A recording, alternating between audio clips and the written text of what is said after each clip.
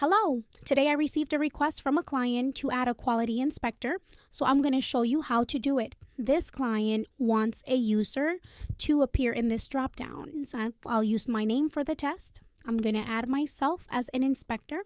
I right-click and select Open with Inspector Entry in order to register inspectors. Here you can see the list of all the people who will appear in the inspector dropdown. I'm going to add a new one. I'll input the person's ID.